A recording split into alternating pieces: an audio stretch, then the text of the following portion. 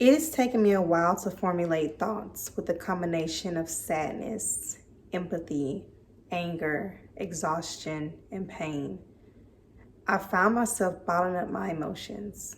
As a dark-skinned Black woman, racism is no stranger to me, as I've experienced racism and colorism my entire life.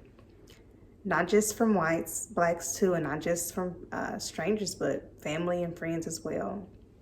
This is not about me, but to simply explain reasoning for my perception on the content that I have to say on the current issue.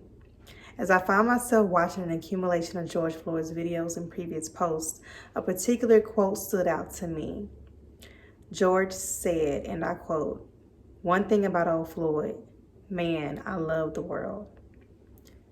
One thing about old Floyd, man, I love the world. This was a man of God, a lover, not a fighter, a positive influence, not negative nor angry, not filling the streets with drugs and violence, but speaking up and about healthy lifestyles, being a Christian and building up our communities. I would like to publicly offer my deepest apologies and condolences to the family of George Floyd. It is truly a tragedy that this family cannot properly mourn such great loss, but instead attempt to balance a pandemic and racism concurrently. We are dealing with the murder of a human life, not just death. And to know that there are no regards and a lack of humanity for a Black life is extremely disturbing. Now, although these officers have been fired, they all need to be arrested and charged, naturally held accountable for their actions, which, based on American history, is rare. George Floyd's death was a murder. It was not accidental. I don't know any living creature that requires oxygen to breathe that can go without oxygen for close to 9 minutes and still live. It's unheard of and it's impossible. This family deserves justice. George Floyd deserves justice.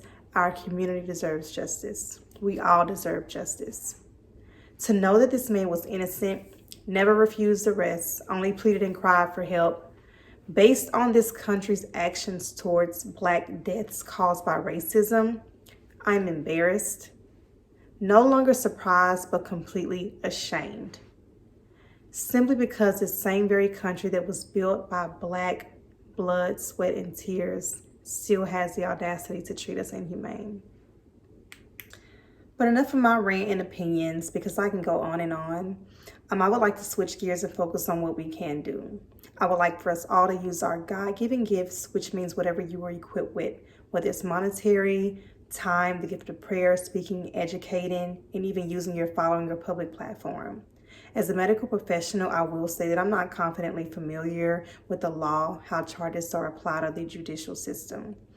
So that I asked the lawyers, the judges, political leaders, political science majors to educate and assist our people. Help those that are in the blind on the front lines protesting and fighting for a change, just as I do when it comes to the COVID pandemic as a nurse.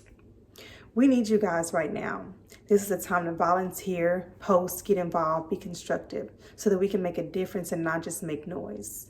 We are all enraged, but let's be informed and educated so that we can really make moves that count.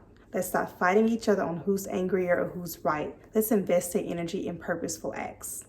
To the officers, police department, the precincts of the police academies, how can we prevent this? How can we create a nationwide required policy that creates educational courses on preventing deaths to mandate and become a requirement in order to even get in uniform?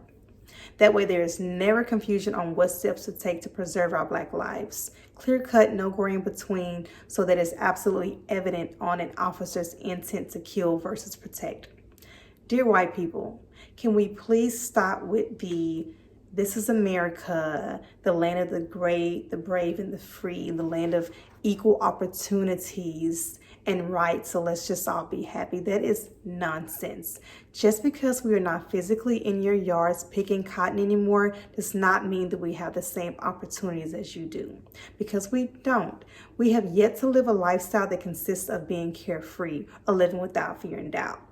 Everywhere we go, whether it's the grocery store, church, work, school, or pumping gas, we're checking over our shoulders.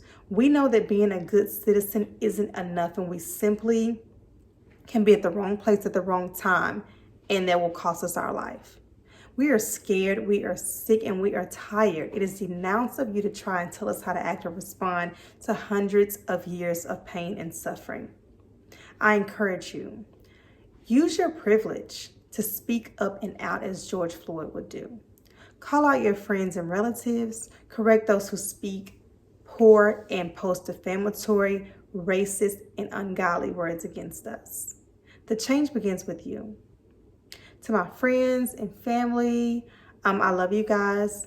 Let's not allow the actions of a few determine the way that we feel about an entire group. Thank y'all so much for watching. Be blessed.